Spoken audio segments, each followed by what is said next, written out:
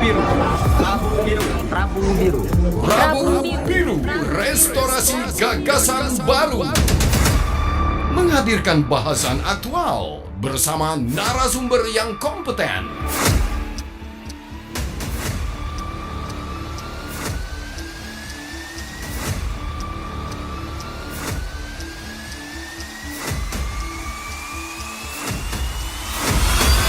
Dari ballroom kantor Nasdem Bubble, inilah program yang sangat dinanti.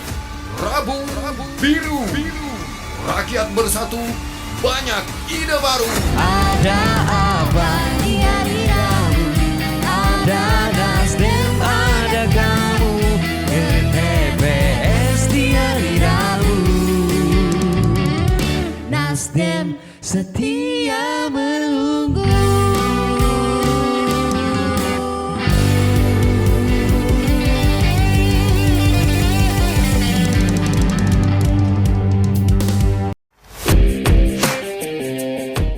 Kakak-kakak dari mana nih? Dari Universitas Citra 5 Bangka Belitung. Oke. Nah kak, kalau untuk kami boleh tahu nih, untuk politik di 2024 ini pengen calon pemimpin kayak gimana ke depannya? Yang pastinya lebih bertanggung jawab kepada masyarakat, lebih peduli terhadap masyarakat, lebih mengayomi masyarakat, lebih ditingkatkan untuk masalah pendidikan, karena masih banyak di luar sana anak-anak yang membutuhkan pendidikan, dan apalagi di wajib belajar selama 9 tahun itu. Kakak kalau boleh tahu namanya siapa kak? Rizkal. Oke kak Rizkal nih. Kalau boleh ditanya nih, untuk pemimpin di masa depan nih mau pemimpin kayak gimana kak? Yang bekerja tidak hanya ucapan lah, dalam ucapan doang nih, tapi nggak ada gerakan atau nggak ada gimana sih harus cara melakukan Indonesia itu, harus berpikir tentang rakyat kecil itu gimana, ngasih lowongan pekerjaan untuk bagian pendidikan ya, khususnya ya untuk sumber daya manusia ke depannya. Fasilitasilah sekolah-sekolah yang kurang fasilitas tuh, difasilitasi biar Indonesia ke depannya lebih bagus lagi. Terus untuk kesehatan disupport lah, kesehatan masyarakat dengan dikasih BPJS itu dipermudah juga, jangan dipersulit. Nah, saatnya kita mendengar dari generasi Gen Z langsung, dari mahasiswanya langsung nih. Untuk Kak Rio, Kak Ade, kami persilakan bagaimana tanggapannya untuk putusan MK ini. Ya, kita ketahui kampus itu memang laboratoriumnya intelektual. Nah, memang capres cawapres misalnya itu tidak cukup waktunya jika hanya beberapa menit di televisi saat debat untuk mengupas bagaimana program mereka, visi misi mereka. Nah, oleh karena itu kampus adalah salah satu ruang yang menjadi wadah strategis untuk menguliti visi misi dan program mereka. Nah, oleh karena itu, karena Nasdem sudah memiliki calon presiden dan juga baru saja mendeklarasikan bersama calon wakil presidennya, kita generasi Z dari Bangka Belitung dan tentunya mahasiswa juga menantang calon presiden dari Nasdem dan juga calon presiden yang lainnya untuk hadir di Kepulauan Bangka Belitung. Bagaimana nanti kami akan menguliti visi misi dan program-programnya. Jangan kira Bangka Belitung Provinsi Kepulauan itu masalah intelektualnya di belakang. Kami bisa menjamin itu untuk bagaimana bisa menguliti sampai ke dalam-dalam tentang visi misi capres itu. Bagaimana uang bukan lagi menjadi lokomotif untuk menentukan arah perpolitikan Indonesia, tetapi memang dengan gagasan, ide, dan program-program yang menyentuh langsung. Karena isu-isu misalnya kesejahteraan dan ekonomi itu tentu menjadi isu utama, karena kami Gen Z, Pak, ketika selesai kuliah pasti kami ingin bekerja, memiliki usaha, dan juga ingin melanjutkan kuliah tentunya. Nah, oleh karena itu, isu-isu seperti itu apa yang sudah dilakukan misalnya oleh Partai Nasdem hari ini. Nah, oleh karena itu kami ingin melihat hari ini calon anggota legislatif kami, calon kepala daerah kami hadir dan berani untuk menghadapi teman-teman mahasiswa dan Gen Z. Nah, terakhir sekali lagi saya ingin meminta bagaimana agar Nasdem dan juga beberapa parpol lainnya yang sudah memiliki calon presiden untuk bisa menghadirkan calon presidennya ke Kepulauan Bangka Belitung. Bagaimana caranya partai politik masuk ke dalam dunia kampus tapi bukan dalam kutip kampanye, yaitu dengan adanya kami sebagai BEM itu melakukan sebuah kegiatan atau program kerja. Di program kerja itu kami akan mengundang salah setiap partai politik, nggak hanya 1-2, karena kalau satu itu benar kata Bapak tadi nanti teridentik bahwa oh Stisipol ini partainya Nasdem, oh Stisipol ini partainya ini A, B, enggak, tapi setiap politisi yang ada setiap partai itu kami panggil, itu kami lakukan yang namanya edukasi, tergantung dengan kebagian dari apa atau sebagai kompetensi apa yang dinaungi oleh setiap partai politik masing-masing. Nah itu, terus juga tanggapan Helen juga, jangan hanya dunia kampus Kak, karena apalagi generasi Z itu bukan hanya mahasiswa. Bagaimana dengan masyarakat yang generasi Z itu tidak berkuliah atau tidak melanjutkan pendidikan, apalagi bukan hanya tidak melanjutkan pendidikan dari tingkat SMP, SMA, kuliah, itu banyak sekali generasi Z itu yang tidak melanjutkan sekolah, bahkan tidak berpendidikan sama sekali. Nah itu gimana tuh? Nah itulah caranya kami sebagai BEM, sebagai eksekutor, sebagai aktivis kampus melakukan sebuah program kerja gimana caranya agar kalau dalam bahasa itu bisa saling memanfaatkan. Gimana caranya kami sebagai aktivis kampus itu memanfaatkan setiap partai politik, gimana caranya biar sama-sama melakukan kegiatan nyata. Ada apa di hari Rabu? Ada Nasdem, ada kamu. TPS di hari Rabu. Nasdem setia menunggu.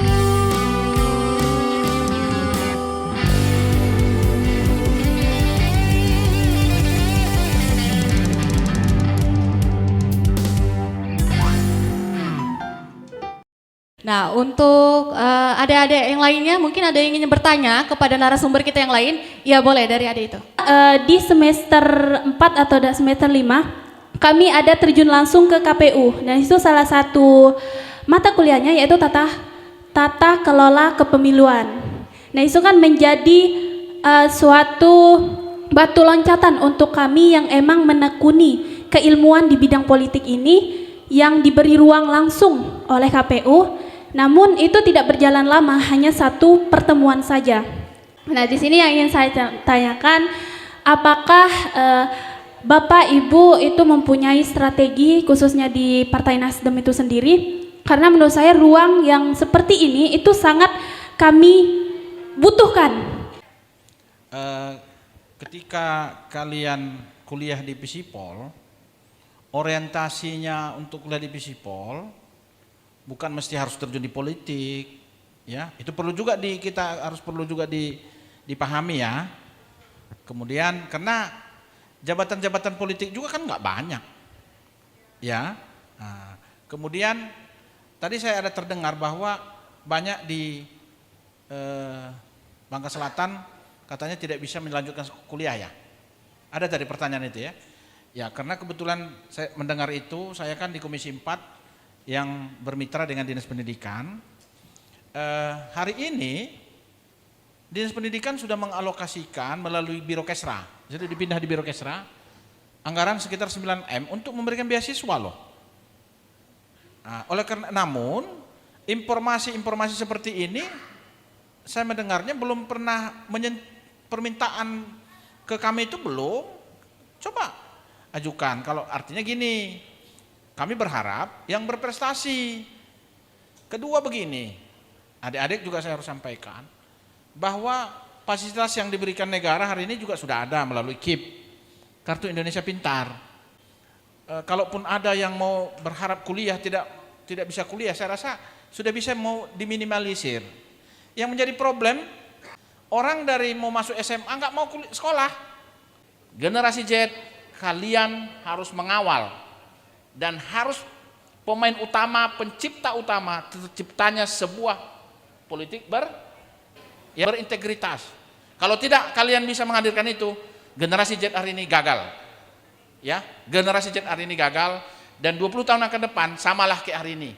Ketika 98 demo seluruh Indonesia, hari ini mereka jadi pemain toh korupsi juga jalan, oke? Nah, selanjutnya kita langsung aja statement closing, yaitu saya mau minta nih untuk dari beberapa generasi. Yang dari baby boomer, ada yang dari generasi X, ada yang dari generasi milenial, ada yang dari generasi Gen Z. Nah, apa sih itu kapasitas dan kompetensi keunggulan masing-masing dari setiap generasi-generasi ini? Mungkin kita bisa mulai dari Pak Zainal terlebih dahulu. Barangkali kalau dalam karakter bangsa kita itu Pancasila, sila ke-1 cinta Tuhan, sila kedua beradab bukan biadab. Bangsa kita tuh bangsa yang paling beradab. Sila ketiga kita bisa mempersatukan dari berbagai suku, berbagai bangsa. Indonesia berpuluh-puluh suku tapi damai. Sementara maaf misalnya di Jazirah Arab satu suku tapi berdarah-darah. Ini kekuatan kita. Nah politik di mana? Di sila keempat. Kerakyatan yang dipimpin oleh hikmat kebijaksanaan. Demokrasi ala apa? Bukan demokrasi liberal, bukan juga yang diktator, yang apa? Nggak ada tempat sebetulnya untuk demokrasi diktator liberal atau feodal di Indonesia ini. Karakter bangsa kita di situ itu perlu tegakkan. Karakter bangsa kita itu udah berdarah-darah orang tua kita dulu. Luck faktor. Karakter bangsa kita tuh sudah karakter beruntung, tetapi sayang oleh yang sekarang membangun negara ini setelah merdeka, sebagian dilupakan. Itu saja, sebetulnya konsep karakter bangsa kita tuh udah karakter yang unggul sekali. Jadi politik ada, jadi barangkali kampus, adik-adik ya, apa peran, bagaimana mahasiswa dengan politik di kampus, barangkali misalnya, sejauh mana penerapan politik demokrasi ala Indonesia, karakter bangsa Indonesia itu. Apakah masih dinuansakin feodal, apakah masih diktator, atau sebaliknya liberal. Anda teliti dari berbagai partai, bisa mengadakan penelitian itu untuk tugas akhir kuliahnya misalnya. Dan yang kedua, berbagai forum ilmiah, mau seminar, diskusi panel, workshop, telekonferensi, dan sebagainya, bisa bekerja sama dengan partai-partai yang ada di kita ini. Adik-adik, saya sebagai generasi boomer di sini, kami memang tidak melek IT, tapi kami adalah generasi yang penuh persaudaraan, penuh pertemanan, banyak persaudaraan di mana-mana. Tapi kami kurang melek IT. Untuk itu kami titip 10 tahun yang lalu kita tahu bagaimana saat pemilu karakter bangsa kita tadi. Bagaimana Anda percaya nasib kita adalah karakter kita adalah nasib kita. Karakter kita pribadi, nasib kita pribadi, bangsa kita, negara kita, masyarakat kita, percaya? Iya, karakter kita. Kalau begitu, taruhannya kapan karakter itu lahir? Kita barangkali sudah merasa punya karakter, tapi belum diuji. Karakter itu lahir pada saat Anda tetap komitmen terhadap sumpah di tengah konflik. Tetapi hari ini apa yang terjadi? Banyak pembenaran. Semua orang melakukan, itu alasan yang paling lumrah. Oh semua orang melakukan kok, KKN semua orang melakukan kok, akhirnya melakukan juga. Itulah yang paling melemahkan karakter, pembenaran. Alasan selalu masuk akal, tidak pernah alasan tidak masuk akal. Tetapi Anda tidak akan pernah sukses dengan alasan itu.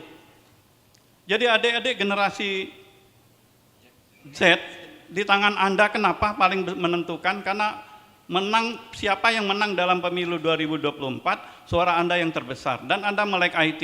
Kita lah beranjak ke milenial nih, bagaimana nih keunggulan dari milenial sendiri Pak, untuk pemilu di tahun 2024 ini? Kalau bangsa kita masih cenderung positivisme, tidak progresif, saya pikir kita akan jadi bangsa yang seperti ini Pak. Saya sepakat, rootnya tahu, akarnya pengen negara ini dipimpin oleh orang yang punya kapasitas, orang yang berintegritas, moralnya bagus. Itu yang pertama. Yang kedua, apakah 16 kali pertemuan tadi yang dari Sospol itu bisa menjawab? Apakah bisa ada pengalaman lebih? Jawabnya sederhana aja Dek sebenarnya. Dari ada MBKM, Merdeka Belajar, Kuliah Merdeka Belajar, itu bisa dapat 20 SKS. Tinggal dikomunikasikan aja. Kalau memang ternyata di KPU-nya dikit dapat ilmu, jadikan sarana keilmuannya bisa bukan hanya KPU, bisa partai politik loh. Makanya saya sepakat, anak-anak muda, Gen Z terutama, dia nggak boleh alergi politik, Pak. Dia harus kita dorong untuk terbuka cara berpikirnya. Nah mungkin ini bukan saya tidak sepakat dengan Pak Tumanggor. Kalau Pak Tumanggor juga nggak sepakat dengan dunia kampus, Bapak bisa bayangkan generasi tahun 98, itu nggak akan bergerak Pak, kalau nggak ada orang kampus yang bergerak. Jadi Percayalah ke kampus, Pak. Saya juga sepakat dengan Pak Zainal. Nanti kampus bisa bersikap. Harus tentukan indikatornya. Ini kalau indikator yang dibilang tidak boleh kampanye bebas itu apa? Harus ada batasan. Tegas. Sehingga kemudian keteraturannya ada, di dalam itu ada. Bukan berarti kita dalam tanda petik tidak mempercayai kampus dalam itu inti. Jangan lupakan 98 itu Pak, itu orang-orang kampus semua yang punya kontribusi. Kalau enggak, kita enggak akan ada pemilu langsung. Itu poin-poin penting bagi saya untuk kemudian bukan meluruskan Pak, menambahkan analisisnya begitu. Terakhir, jadi saya sama Bu Lisa ini dia di generasi tengah, Kak Cindy. Jadi kami berdua ini sebenarnya menjebatani antara baby boomers dengan generasi Z. Jadi gini, ini closing statement saya, penting sekali untuk kemudian kita ambil garis tengahnya. Satu, kawan-kawan yang boomers itu bicara tentang moralitas. Bagaimana kemudian moral ini jadi penting, betul ya? Kalau kawan-kawan generasi Y, Z itu bicaranya bagaimana kemudian modernisasi. Apa yang dimodernisasi? Moralnya, integritasnya, betul nggak? Kita sepakat kan, pemilu harus punya moral kan, punya integritas kan. Bapak-bapak ini punya pengalaman, sudah ada. Tinggal bagaimana kemudian kita konekkan saja. Lewat apa? Cara berpikir cerdas. Milih pemimpin, jangan cuma mohon maaf, lihat di TikTok. Nggak bisa, pemimpin itu bicara gagasan. Makanya ruang mana yang bisa menguji itu kampus Pak. Coba Bapak cek, warung kopi bisa menguji gagasan? Nggak bisa. Meskipun namanya warung kopi, tapi kalau diskusinya di warung kopi nggak ada luaran. Coba bayangkan, kasih itu ruang publik, masukkan ke kampus, biar ada rekomendasi tertulis. Jadi apa? Seluruh pergerakan, seluruh hasilnya bisa dibuat rekomendasi. Apalagi ditonton semua orang, lihat ada YouTube, ada TikTok, segala macam. Mungkin itu Pak, poin pentingnya bagaimana kemudian generasi Z dan generasi Y adalah tugas kita bersama Pak, termasuk kami di milenial, saya Bu Lisa sebagai pendidik, punya kontribusi besar untuk kemudian mendorong anak-anak kita, kawan-kawan kita hari ini. Saya doakan tadi yang bertanya dapat beasiswa, biar Amin. bisa kuliah, lihat pandangan keluar. Karena begini, saya tidak bilang Bangka Belitung tidak open minded, tidak, demi Allah. Saya juga keluar Bangka Belitung. Tapi kalau adik-adik diberi kesempatan untuk kuliah, jangan nanggung-nanggung dek, jangan cuma ke Indonesia dek, keluar negeri, biar banyak dapat inputan. Jadi kita tahu nih, makanya Pak Tumanggur bagus bahasanya. Kalau yang mahasiswanya Pak udah well educated, cara ngomongnya bagus, cara nyampainya bagus, konsepnya bagus, politik Bangka Belitung, politik Indonesia jauh lebih bagus. Berikan kesempatan, berikan ruang. Ya, terima kasih untuk Kanca. Boleh untuk Alisa melanjutkan? Oke, saya melanjutkan sedikit, menambahkan sedikit. Mungkin kalau di Bangka Belitung ini, saya merasa ini perspektif saya ya, ini pandangan saya selaku milenial yang baru keluar dari Jogja gitu, dengan pendidikan yang berbeda gitu ya, kultur pendidikan yang berbeda. Di luar itu kultur pendidikannya jauh banget berbeda. Mungkin kita Bangka Belitung ini masih pada tahap merangkak gitu mahasiswanya, yang tadinya misalnya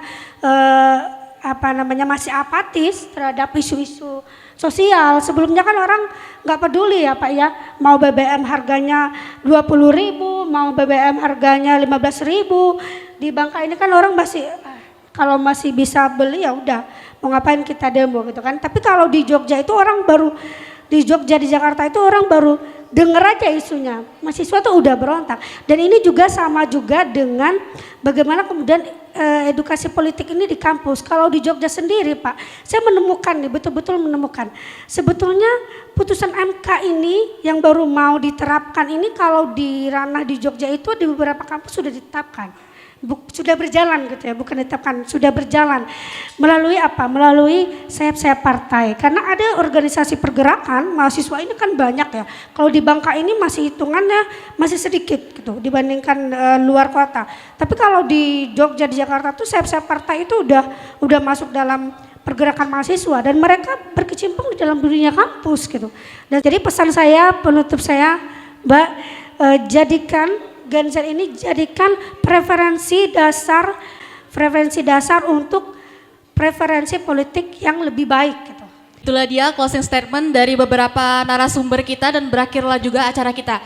Untuk itu demikianlah kakak-kakak sekalian, acara yang kita selenggarakan kali ini telah berakhir. Sungguh manis manggaku ini. Habis dimakan sisa 4. Rabu Biru kita cukupkan sampai sini. Semoga bisa memberi manfaat. Wassalamualaikum warahmatullahi wabarakatuh. Ada apa di hari Rabu?